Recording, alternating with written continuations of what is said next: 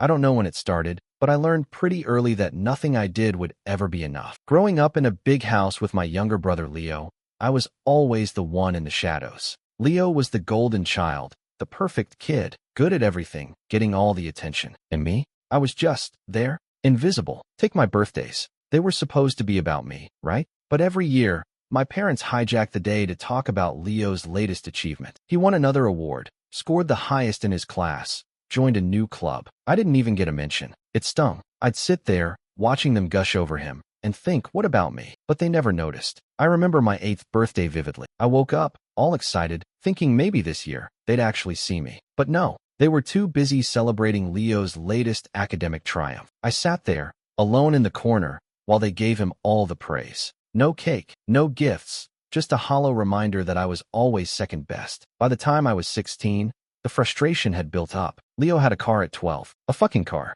No reason for it. No one even questioned it. Meanwhile, I had to fight tooth and nail for every scrap of attention or validation. I was working my ass off, trying to get into a good college. And when I asked my parents for help with tuition, they laughed. They actually laughed. Figure it out yourself, my dad said, with that stupid smirk on his face. I felt my stomach twist. Leo didn't have to figure anything out. He had everything handed to him on a silver platter. I was drowning in student loans, and they couldn't care less. I finally realized their love was for Leo, and I didn't fit into that picture. So, I gave up. I stopped asking for their approval. It wasn't worth it. The more I fought for it, the more I lost. I wasn't a kid anymore. I knew what was happening. I was just the backup, the invisible one, the one who didn't matter. I had to start living like it, because no matter how hard I tried, nothing would ever change. My 16th birthday came around, and I didn't even bother getting my hopes up. It was the same as always. Leo's day, not mine. But I held on to that small, stupid part of me that hoped maybe, just maybe, this time would be different. It wasn't. I woke up to find my parents already busy planning for a surprise party. But it wasn't for me. Not even close. It was for Leo.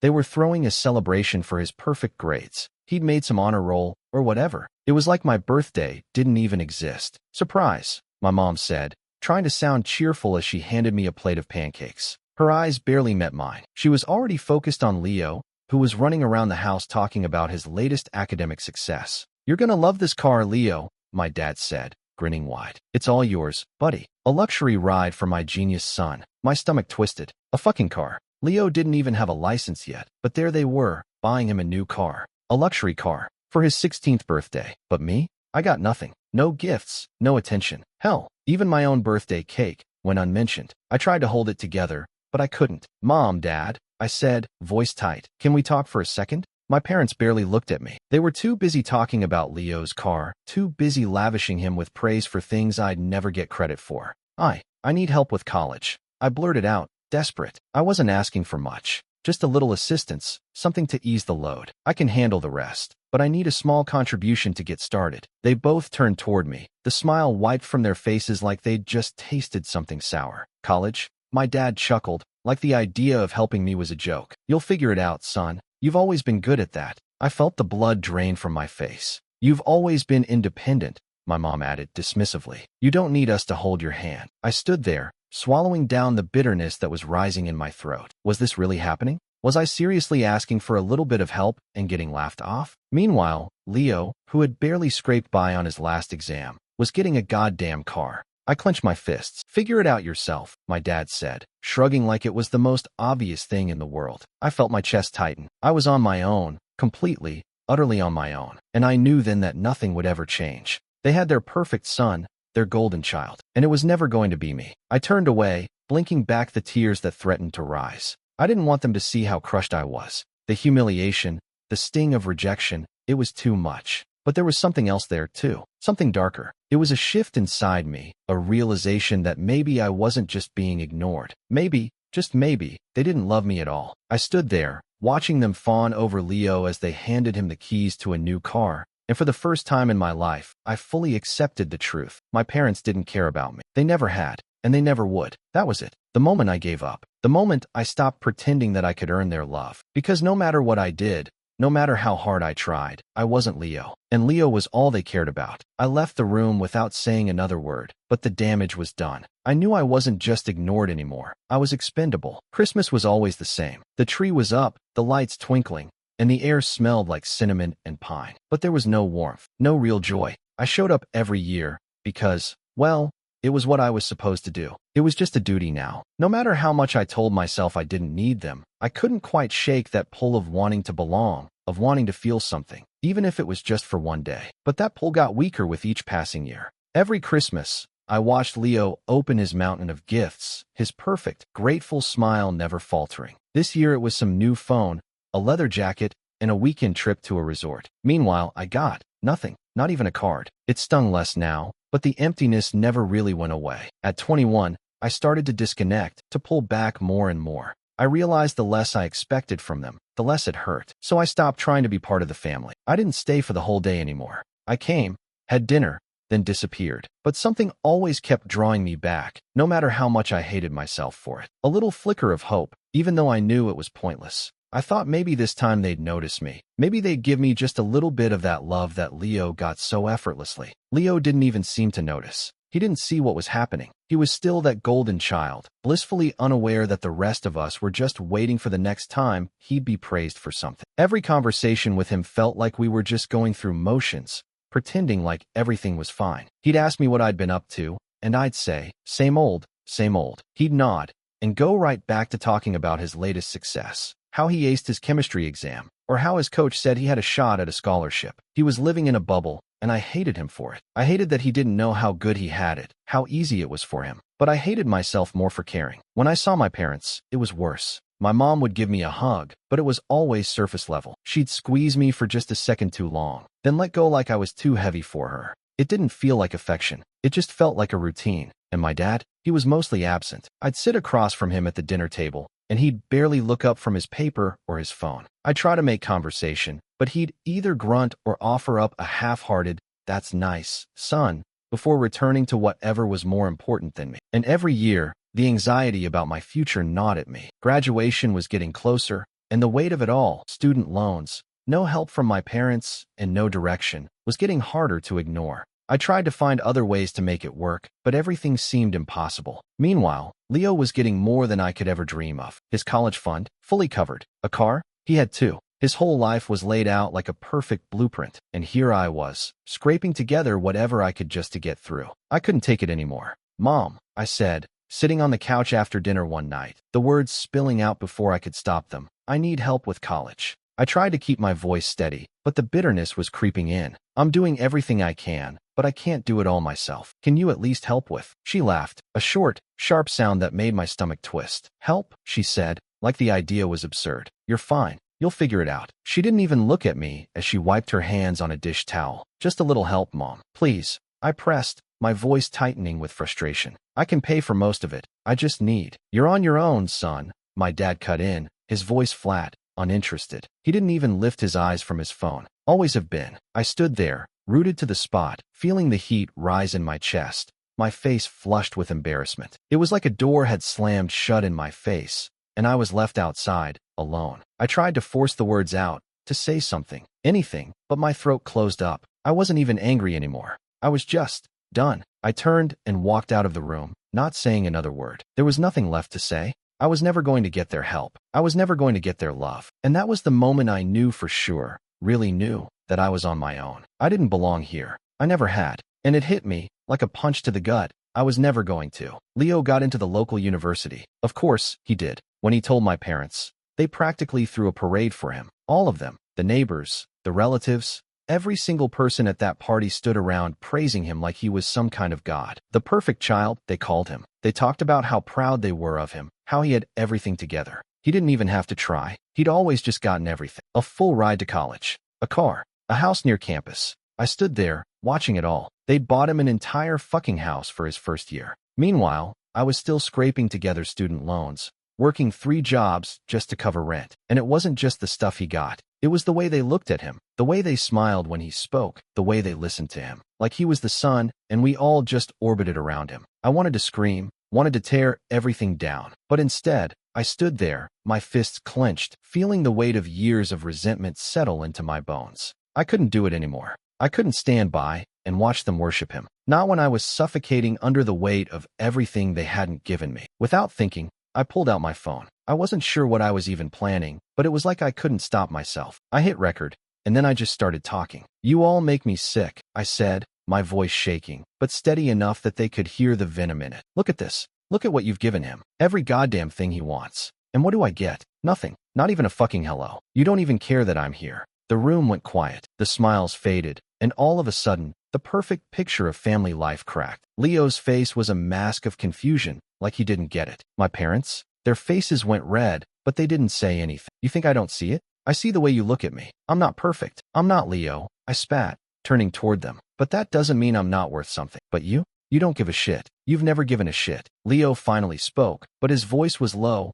barely audible. "Can we not do this right now?" he asked, like he was uncomfortable. His eyes flicked toward the floor, avoiding mine. That was it. I snapped. I turned the camera toward my parents. "You've ruined me," I said, voice cracking. "You've made me feel like nothing. And I'm done. I'm fucking done pretending." My mom's face twisted with anger, her hand shooting out before I could even blink. The slap came so fast, I didn't have time to move. Her ring scraped my cheek, and the sting was sharp. The room went dead silent. My vision blurred with tears, but I couldn't look away. I felt like a kid again, small, worthless, powerless. And yet, somehow, I was also so furious. I lowered the phone, still recording, not knowing what I was doing anymore, but not caring. I uploaded it before I could think twice. Maybe I wanted them to see it. Maybe I wanted them to feel something for once. Maybe I just wanted the world to know what they'd done to me. I left the house immediately. I couldn't stay in that suffocating air, couldn't look at their faces anymore. The fallout hit fast. My phone buzzed nonstop, messages from people I didn't even know,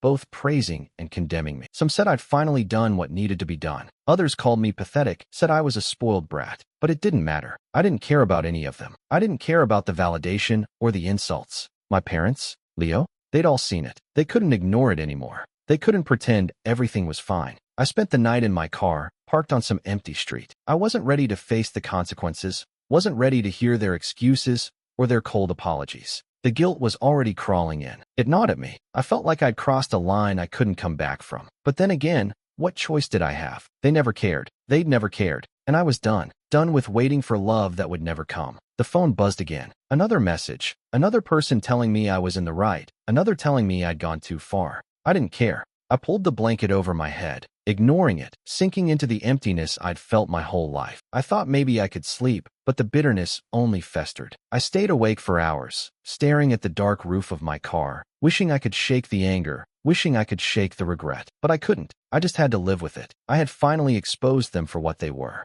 And now, I had no idea where I was supposed to go from here. The call came the next morning. I didn't want to pick it up, but I knew I had to. I knew they were going to call a family meeting to discuss the video and all the fallout that came with it. They didn't ask, didn't give me a choice. It wasn't like I cared what they thought anymore, but I knew the storm was coming. So I answered. The meeting was set for a restaurant a few miles away, some fancy place, just like everything else they did. I walked in, hands shoved deep into my pockets, my stomach tight. My parents were already there, sitting at a table, looking like they were about to explode. Leo wasn't there yet, and I didn't care if he showed up or not. He was always the perfect one, the untouchable one. Before anyone could say anything, the door opened, and my grandparents walked in. They were the only ones I could stand. They were the only ones who'd ever shown me any real care. "Here we go," my grandfather muttered under his breath as he sat down across from me. His eyes didn't leave my parents as he got comfortable. He was the only one who wasn't afraid to speak up, even if it pissed off the rest of the family. "We need to talk," my mom said, her voice like ice, trying to pretend everything was okay. About the video, I didn't say anything. I didn't need to. My grandparents, who had always been a little distant but never truly cruel, didn't waste any time. "Look, we're not here to argue. But you 2-inch," my grandfather pointed at my parents, "need to take responsibility for what you've done to him. You're the ones who created this mess. You're the ones who ignored him for years." My mother's face flushed, but my dad didn't even blink. He just sat there, waiting for it to be over, hoping this would blow over without too much of a scene. "Dad's right," my grandmother added, her voice firm. "We've seen it. We've all seen it. You've treated him like he was invisible, and it's time you own up to it." I could feel the heat rising in my chest. For the first time in my life, someone was speaking up for me. It felt strange, almost like I didn't deserve it, like I was being handed something that wasn't meant for me. But it also felt good. The back and forth went on for hours. My parents made weak excuses. "We didn't mean for it to be this way. We thought he'd figure it out on his own." It was all the same shit they'd been saying for years.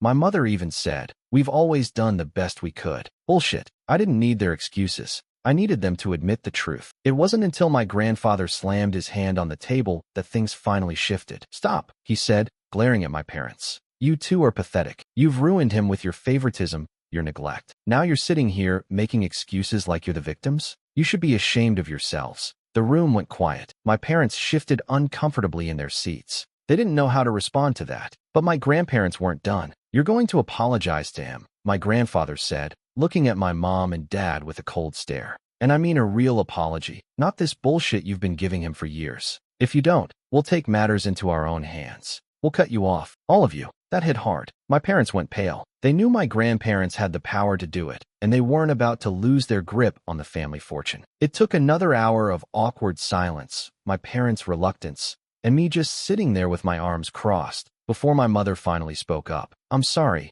she said, her voice stiff, like she was forcing the words out. I should have been a better parent. I should have paid more attention to you. It was cold, robotic, like she'd rehearsed it, but it was the first real acknowledgement I'd ever gotten from her. My dad, after a long pause, grunted something about, "You're right, son. We've made mistakes." His apology was barely an apology, but it was something. I didn't feel better. Not really, but at least it was something. There was no warmth in it, no real emotion. It was like they'd said it just because they had to, but it was the first time they'd ever admitted to any wrongdoing, and that was something. I sat there for a moment, trying to process it. I didn't feel like forgiving them, but I did feel lighter. It wasn't the victory I dreamed of, but it was something. My grandparents leaned in, their eyes not leaving my parents. This isn't over, my grandfather warned. You don't get to pretend like this never happened. If you don't change how you treat him, we'll step in. And don't think we won't. The air in the room felt thick, but it was the first time in my life I felt like someone had actually fought for me. And for the first time, I felt like maybe I had a choice in this mess.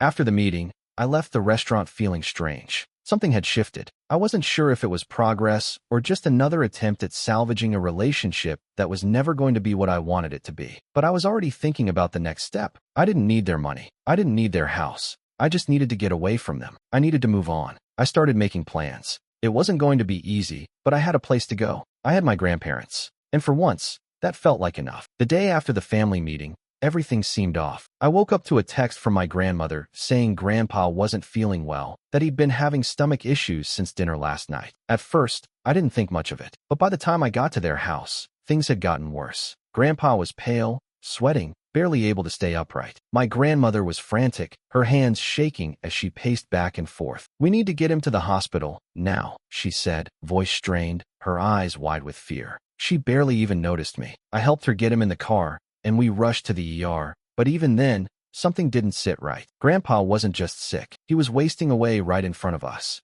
I had never seen him so weak. The doctors weren't sure what was happening at first, but as hours passed, they started running tests and confirmed what we all feared: poisoning. My stomach dropped. Poisoning? Who the hell would do that? That's when it hit me. I remembered the night before, the dinner at the restaurant, the way Leo had acted. I couldn't shake the feeling that something was wrong, that something in the way Leo had been acting wasn't right. He'd been too attentive toward Grandpa, always making sure his glass was full, offering to help him with every little thing, even when Grandpa didn't ask. At the time, I thought it was just Leo being Leo, trying to win over the family with his charm. But now, looking back, I couldn't ignore the nagging suspicion creeping in. Leo had been weird that night. Too nice, too helpful. Like he was trying to keep Grandpa distracted, keep him safe from something. From what? From the glass of wine he kept topping off? From the meal that Grandpa ate more of than usual? It was subtle, but it was there. I couldn't just ignore it. There was something off about the timing too. The fact that Grandpa had been fine when we left the restaurant, and then hours later, he was falling apart, struggling to breathe, to even stay conscious.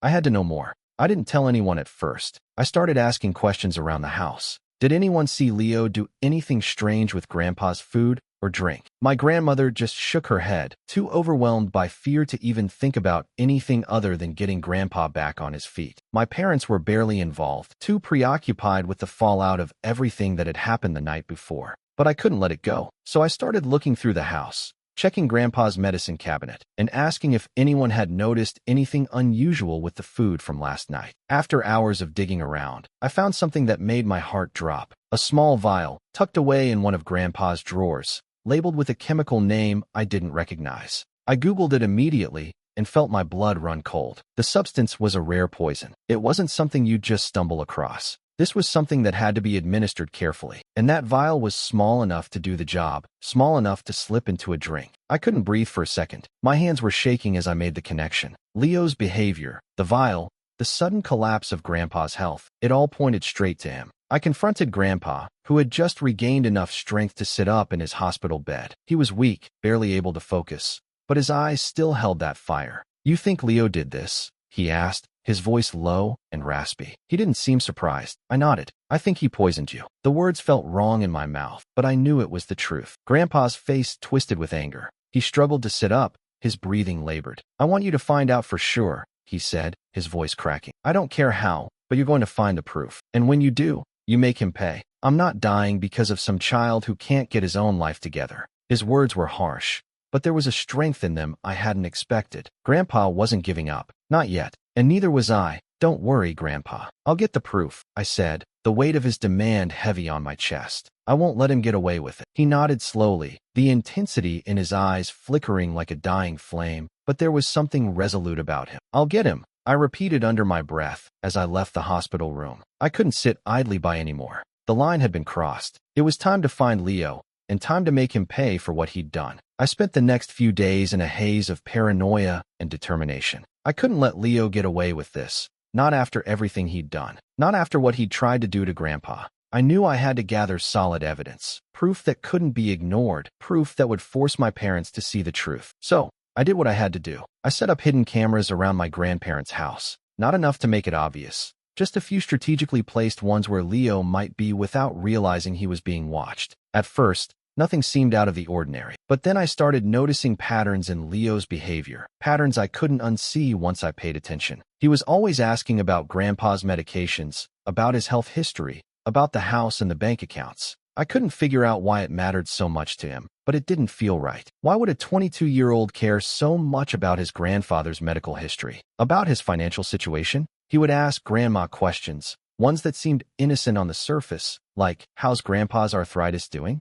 Is he still taking that painkiller you told me about? Or does Grandpa still have those stocks?" I heard some of them are doing well, and it wasn't just idle chatter. He'd ask these questions over and over, like he was trying to get her to spill something. And when Grandpa was around, Leo would always act like the model grandson, helping him get comfortable, offering to bring him whatever he needed. But I could see through it. It was all too calculated. He was building trust. He was setting something up. I started feeling sick to my stomach. This wasn't just a random act. This was something Leo had been planning for a while. After days of watching, I finally found what I was looking for. Leo had a locked box in his room, tucked under the floorboards in the back of the closet. It was strange, and it didn't fit the image of Leo the first knew. He was always the perfect son in front of everyone. He wouldn't have anything that looked remotely suspicious, right? But curiosity ate at me, and I had to know. I waited until he was out of the house, and I made my move. I didn't even hesitate. I grabbed the crowbar from the garage and pried the floorboard loose. Inside the box were journals, dozens of them, old and worn, but they were all there, carefully stacked and organized by date. I pulled the first one out and opened it, my heart pounding in my chest.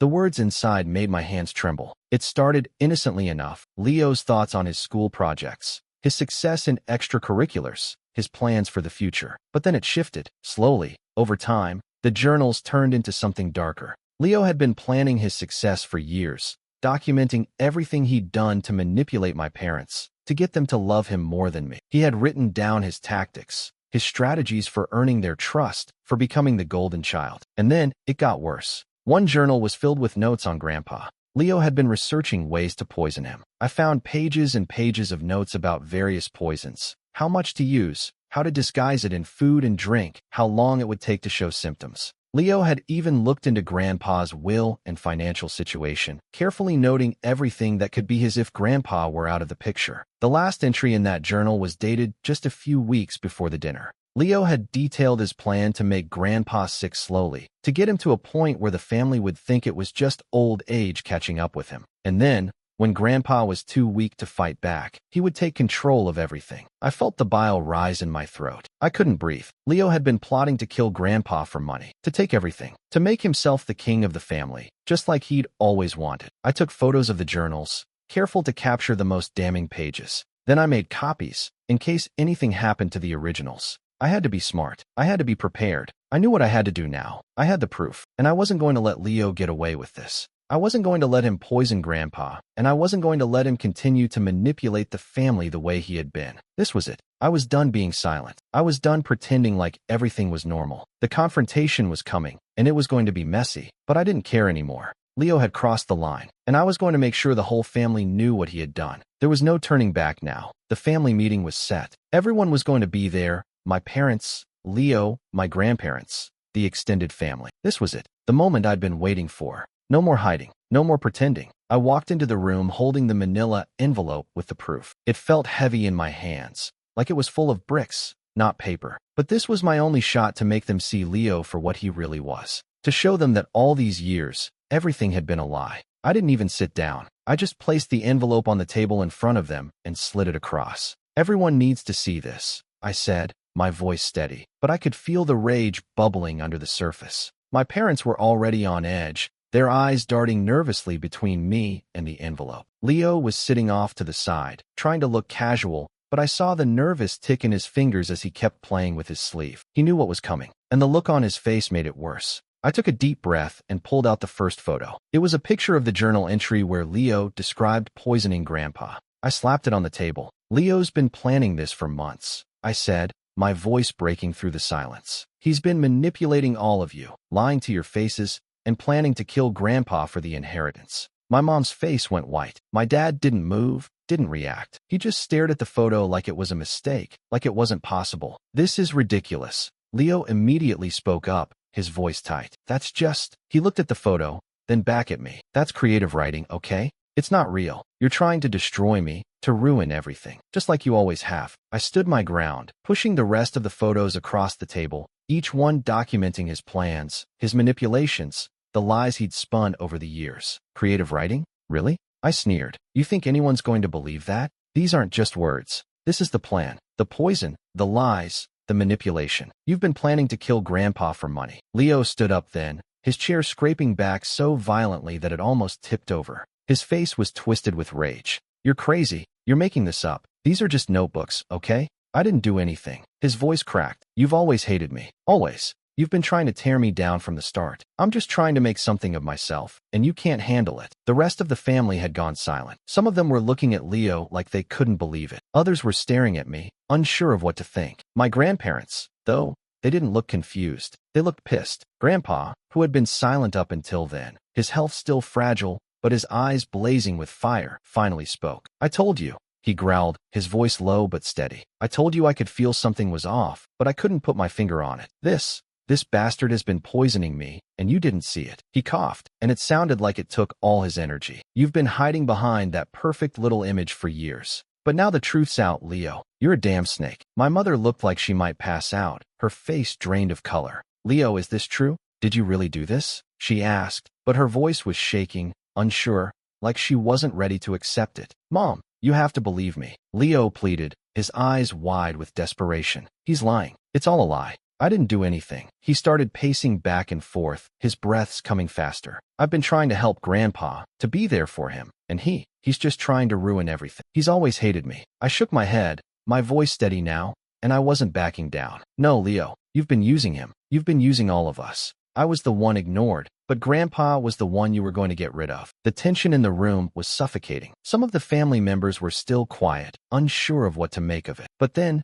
Leo's whole demeanor shifted. He was sweating now, his face pale, his hands trembling. He stopped pacing and turned toward me, eyes wide. You're nothing, he hissed. Nothing. You've always been in my shadow, and now you're trying to drag me down with you. And then it happened. The dam broke. Leo collapsed in on himself, dropping to his knees, his face crumpling. All that bravado, all that arrogance, just disappeared. You think I don't deserve this? You think I don't deserve everything I've worked for? You've never understood. You've always been jealous. And now I'll lose everything because of you. Everything. His voice broke on the last word. It was the first time I'd seen him truly unravel. His hands shook, and he looked like he might collapse right there. The family stared at him, the illusion of the perfect son crumbling into dust. My grandparents exchanged a look, their disappointment written all over their faces. It was over. There was no going back for Leo now. And as I stood there, watching him fall apart, I couldn't help but feel a sick sense of satisfaction. He had destroyed everything, and now, the world would finally see who he really was.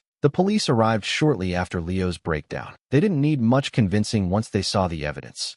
Everything was right there in black and white. They arrested Leo, cuffing him in front of the whole family. His face was a twisted mask of disbelief and anger. I couldn't help but feel a rush of satisfaction as they let him out. His eyes locked on mine in a desperate, silent plea that only fueled my anger even more. "You're making a mistake," Leo screamed as they shoved him into the back of the squad car. "You're ruining my life." But it was too late. The truth had been exposed, and there was no going back for him. He was charged with attempted assault, fraud, and manipulation. Everything he had done to poison Grandpa, to tear apart the family, to get his hands on what didn't belong to him. His perfect image was shattered, and even if a few of the family members still sided with him, their loyalty wasn't enough to stop the floodgates from opening. The family was divided, as expected. Some people couldn't believe it, still clung to the idea of Leo as the perfect son. But those who were left, the ones who saw through his lies, slowly began distancing themselves from him. My parents, of course, were part of the minority who defended him. They stayed quiet for the most part, too embarrassed to do anything else. But the damage was done.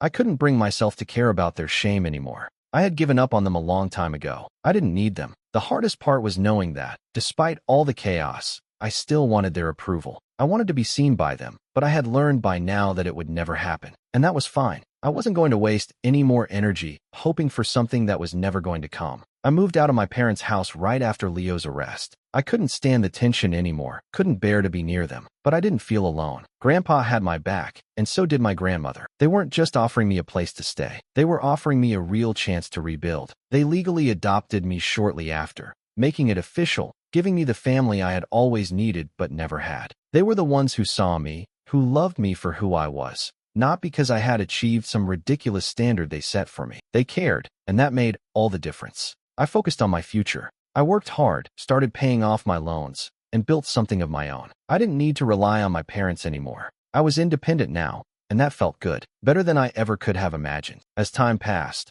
I looked back on everything, the manipulation, the neglect, the years of trying to earn their love, and I realized how far I'd come. I had survived. I had learned how to build something real, something that wasn't based on lies and empty promises. I had found my own family, one that loved me without conditions, one that didn't need to be earned. It wasn't perfect, but it was mine, and that was enough.